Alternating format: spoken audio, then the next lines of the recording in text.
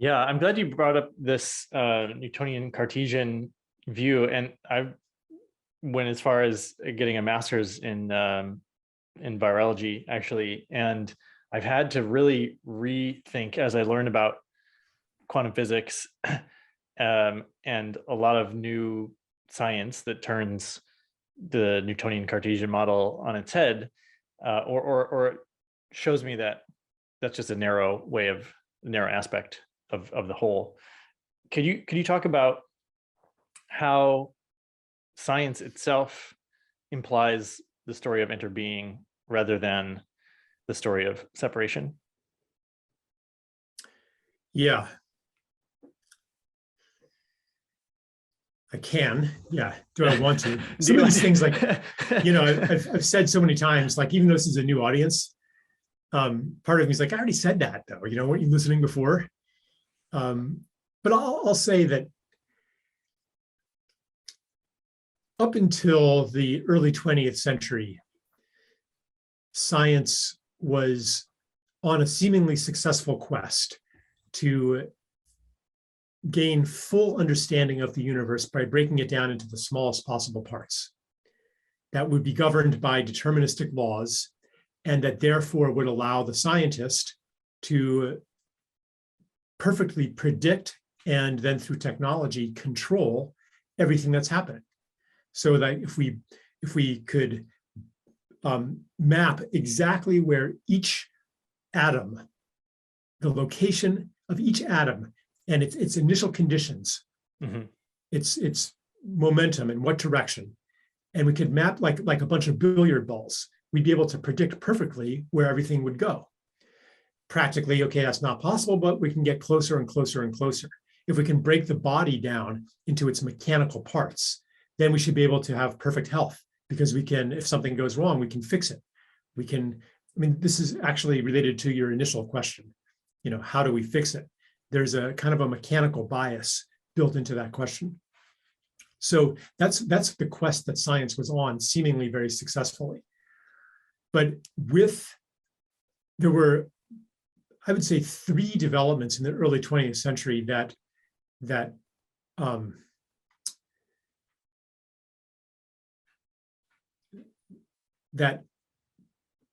punctured that ambition forever. One of them was quantum mechanics.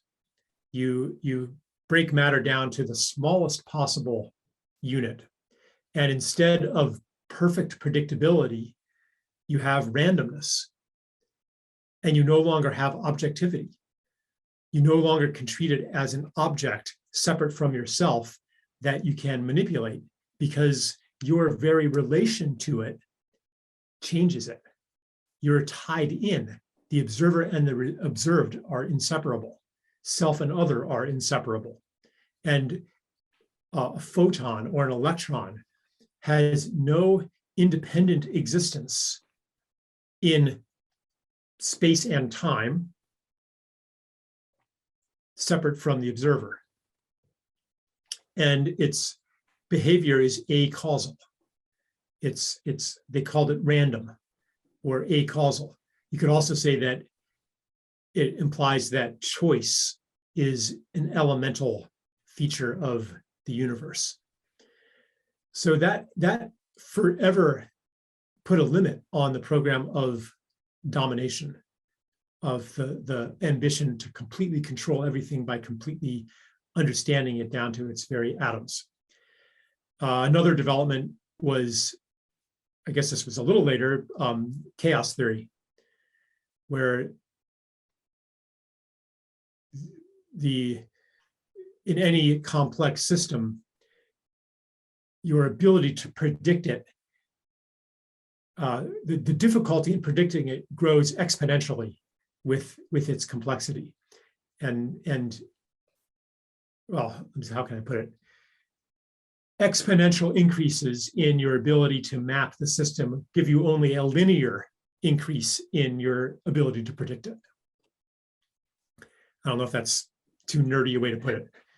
But basically, if you read like science fiction from the 50s, 40s, 50s, 60s, they were predicting a world of complete control. like weather control.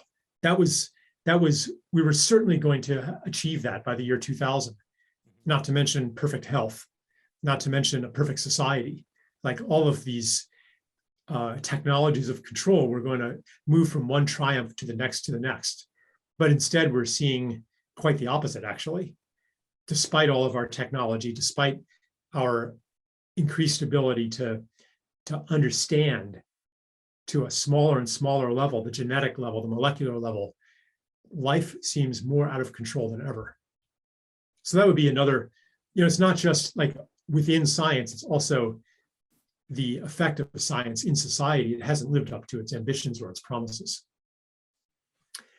And then I could talk about biology too, or even virology. I've become interested in mutant swarm quasispecies. Have you come across that at all?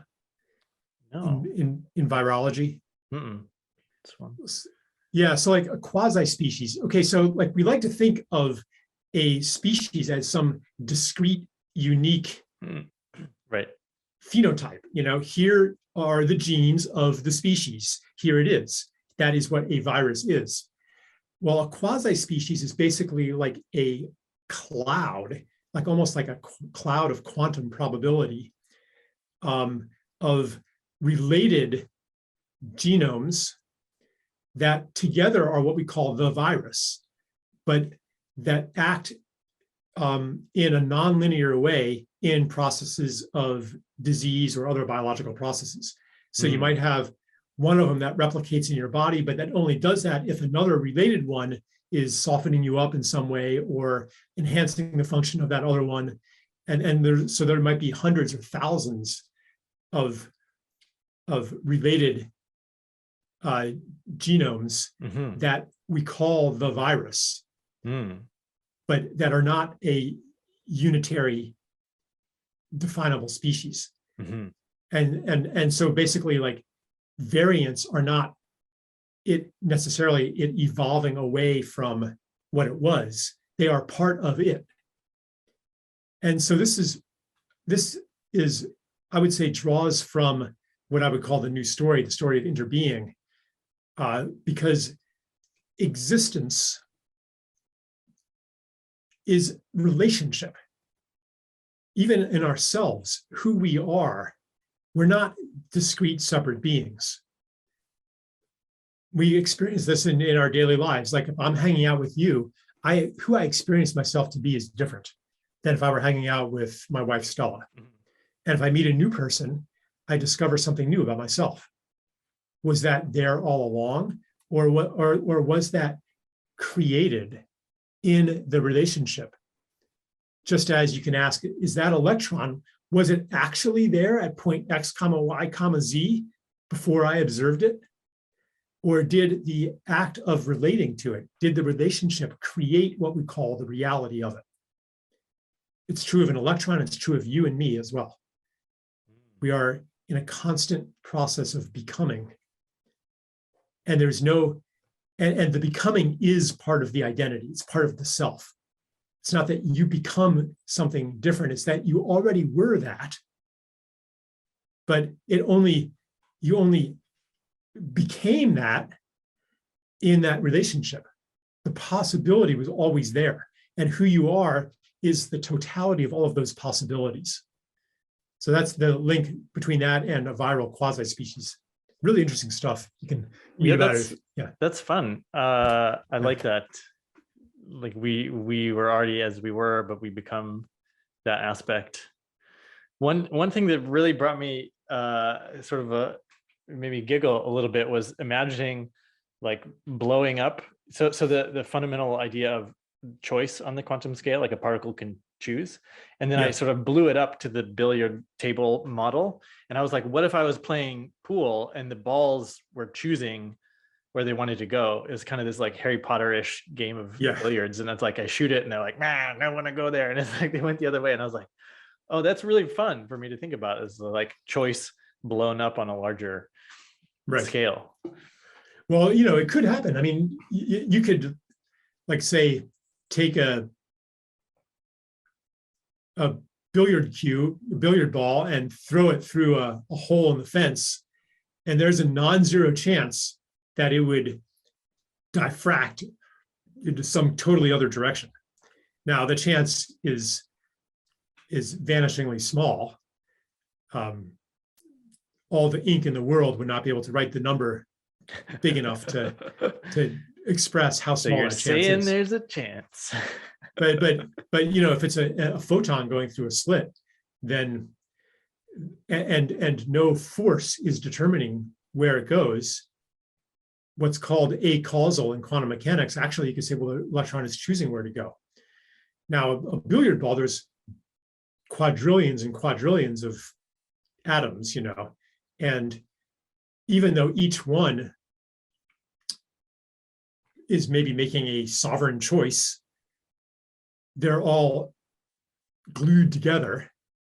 And most of them are going to choose. This is kind of like society, you know? Oh, the dissenting atoms within the billiard ball are getting steamrolled into the...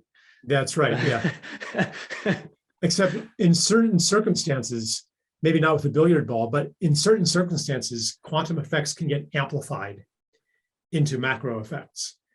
And there are some people like Roger Penrose, for example, that theorize that this happens in biological systems all the time.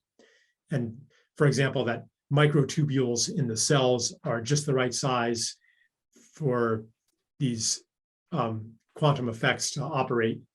And I don't remember all the details of it, but still, it suggests that choice.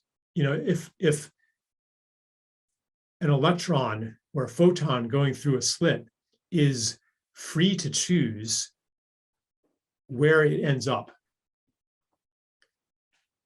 in your relation to it, then that primes our intuition to think maybe the same is true of ourselves. Maybe it's likely when you're hurled through the aperture of the circumstances of your life. Maybe statistically, most people will end up at a certain point. Maybe most people who, you know, were born into a dysfunctional, abusive family are going to end up in whatever, poverty or in jail or something like that. Statistically, yes. Statistically, you know, most of the electrons will end up in this area and a certain amount will end up in that area, right? You can calculate that. But each individual one is not constrained. Like you could grow up in that kind of family and end up, you know, a peace worker, end up a billionaire, end up an artist, an incredible artist. Hey friend, thank you so much for watching. If you enjoyed this particular clip, then I have something else I want to tell you about, which is the League of Superconductors. It's a business mastermind that I run to elevate the greatest change makers of our time. That is people that I like to call quantum entrepreneurs, metaphysical, spiritual teachers, healers, coaches, light workers of different types. And this is a year-long business mastermind starting in May of 2022. So if that's the type of thing that you're looking for, if you're looking to better fuel your mission by having a business that brings in all the abundance you're looking for, that both operates at the 3D level, serving the people of Earth, and at a multi-dimensional level, bringing in all of the higher wisdom and experience that you have access to. That's what we're doing. So if that sounds like something for you, then you can check out the link below, read a little bit more about the program, what we do each month. And I also invite you to apply for a call with me, a strategy session. We can get to know each other. I'll coach you a little bit, and you can decide if that might be the exact thing that you've been looking for. All right, thanks so much for watching, and I'll see you next time.